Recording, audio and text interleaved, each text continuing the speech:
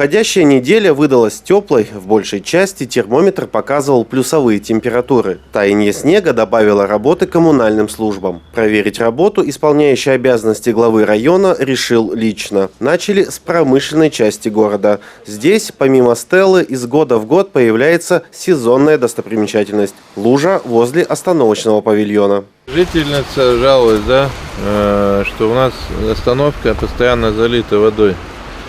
Вот как начинается таять снег, начинается таяние и заливает водой. Здесь в чем причина? Нет, здесь причина в том, что... Слив там где-то? Нет, уровень получается ниже, самой остановки, где стоят граждане, ожидают автобуса, он ниже проезжей части. Поиск практического решения – задача управления капитального строительства. А до этого момента Ильдар Махмутов попросил спецавтодор уделить этой территории чуть больше внимания. Весной уже, в мае месяце, когда уже не будет, когда будет сухо, дадим задание УКСу рассмотреть данный вопрос, и дальше уже будем смотреть. Далее заехали в частный сектор. Осмотрели пересечение улиц Одесская и Пролетарская.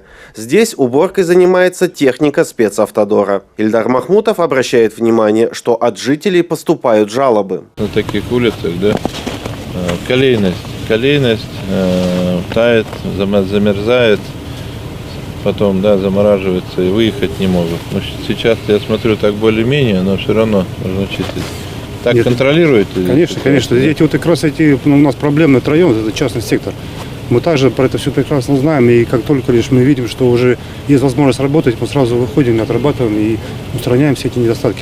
После осмотра дорог посетили сквер Победы. Практически со всех сторон он окружен снегом, словно стеной. Подготовку к наведению порядка нужно начинать уже сейчас. Проезд какой-то сделать сюда, для того, чтобы весной убирать снег. Допустим, заехали отсюда, где-то, может быть, там с той стороны или с той стороны. Нет, так оно для того, чтобы, говорю, спецавтодор, допустим, заблаговременно могли вывести вот эти кучи снега. Проведут в сквере и весеннюю уборку. Мы ждем середины апреля, последнюю неделю апреля. Здесь все будет вычищено, будет помыта стела, помыт, гранит. Но все это цветочки по сравнению с тем, в каком состоянии сейчас находятся дворы. К примеру, дом номер 3 по улице Комсомольская. Со стороны магазина разорванная сигнальная лента, вдоль пешеходной зоны разбитые куски льда, а ниже и на парковке. Вот это кто должен убирать? Управляющая компания. То есть человек припарковался, парковка, припарковался, вышел из машины и вот идет по этому. Но есть одно «но», вот эта табличка. То есть, если мы с вами измерим 10 метров, это будет вплоть до проезжей части. А дальше как в кино. Ты туда не ходи, ты сюда ходи, а то снег башка попадет. А это уже со стороны подъездов. Вот вечером здесь будет лед. Хотя двор уже и сейчас похож на каток. Также повсюду валяются куски наледи. Виктория Викторовна, давайте поэтому именно конкретно дому, по очистке территории дома в отношении управляющей компании «Лидер» обратимся в прокуратуру с заявлением. Хорошо, сегодня подготовим и направим в прокуратуру. Потому что вообще никакого, как говорится, безобразия, бардак и безобразие здесь. По прогнозам синоптиков, в ближайшее время погода будет неустойчивой. Днем так или иначе будет около нуля. Вечером значения термометра будут со знаком минус. Но главное, чтобы этот самый минус жители не поставили нашим коммунальным службам. Павел Дурников, Вести Тимана, Сосногорск.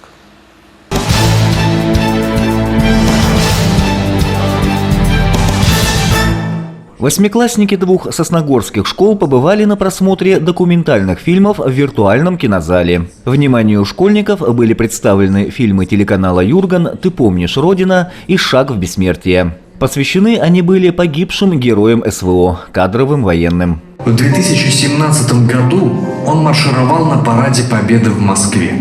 Братья были воспитаны на маминых рассказах о подвигах прадедов. Именно по примеру Максима Алексей Канев после срочной службы в армии решил остаться в вооруженных силах. Алексей Канев был награжден орденом Мужества посмертно. В деревне Захарвань Усинского района ему поставлен памятник. Владимиру Носову из деревни Коровий ручей Усть-Цилимского района посмертно присвоено звание Героя России. Не дается таких слов, чтобы сказать сказать, как донимать матери, близким родным, что такого парня потеряли они, сына дяди. А малая родина и большая родина потеряла действительно доблестного солдата, доблестного россиянина, который, проявляя мужество и героизм, защищая своих товарищей, погиб в бою с фашизмом. Одной из зрительниц оказалась дальняя родственница Владимира Носова Дарья Белоконь. Подробности о подвиге героя она узнала только в зрительном зале. Я очень горда за него. Я хочу, чтобы это передалось и его еще родственникам, его детям, чтобы на него смотрели и мотивировались им. Фильмы произвели сильное впечатление и на педагогов, и на учеников. Как призналась учитель русского языка и литературы Наталья Николаевна Казакова, у многих знакомые и родные сейчас в зоне СВО. Говорить об этом тяжело, и все же подростки должны знать о героях. Давид Курбанов – 8-классник. Его просмотр фильмов не оставил равнодушным. На меня это произвело впечатление, что вот надо гордиться своей родиной, любить ее как свою родную мать. То есть все жертвы были не напрасны, они умерли не просто так, они умерли во имя Родины и своих товарищей. Защищая Родину от неофашизма, в боях гибнут наши земляки. Одно из немногого, что можем сделать мы, это сохранить о них память в фильмах, статьях и репортажах, рассказывая о них подрастающему поколению. Андрей Калиничев, Наталья Максимова, Павел Дурников, Вести, Тимана, Сосногорск.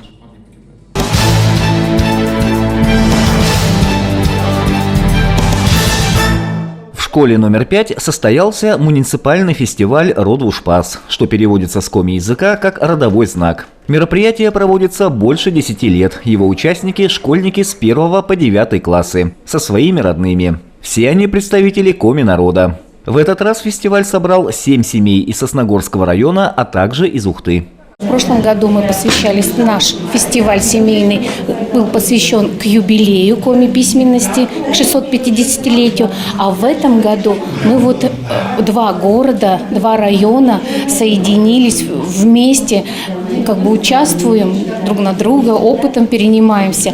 И в этом году мы делаем упор на коми-песни, коми-фольклор. В этом году юбилей Альберта Ванеева. Подобное мероприятие позволяет окунуться в атмосферу традиций и культуры Республики Коми.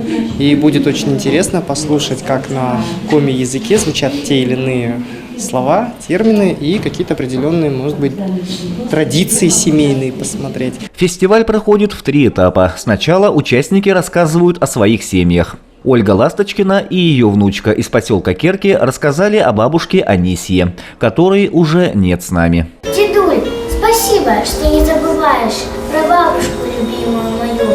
Хранишь альбом и часто вспоминаешь. Знала она, как я ее люблю.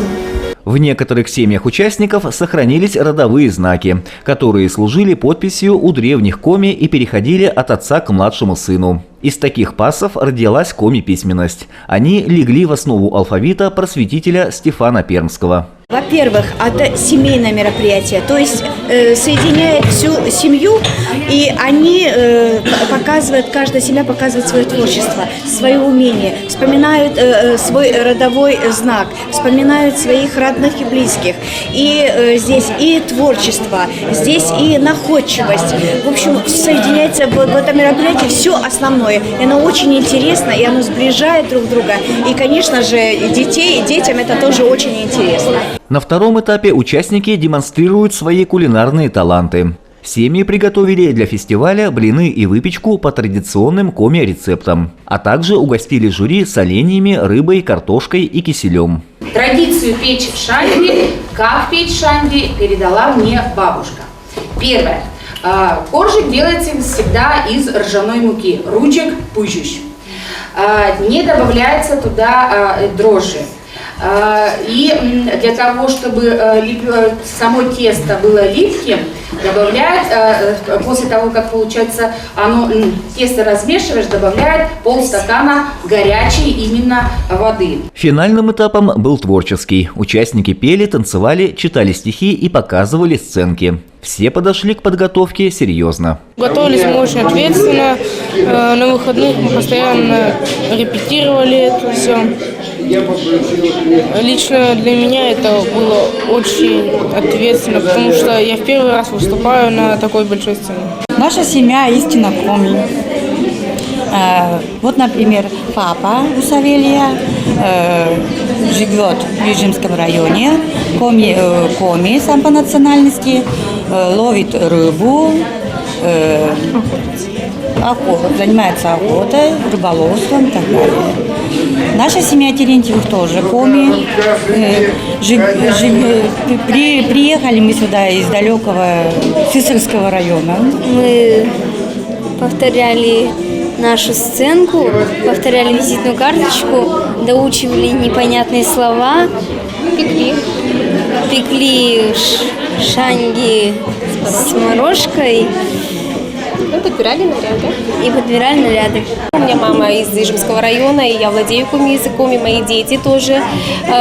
Поскольку, но все равно мы стараемся прививать культуру, поэтому считаем, что очень важно знать, сохранять язык, передавать его из поколения в поколение, потому что пока на языке говорят, он живет. Жюри, члены Сосногорского отделения общественного движения «Коми-Войтер» и работники отраслей образования и культуры выставили участникам баллы за выступление. Победителями стали все семьи, каждая в своей номинации. Но главное здесь все же не оценка, а возможность прикоснуться к настоящей народной культуре и ее сохранение для будущих поколений. А с этой задачей все участники справились на отлично.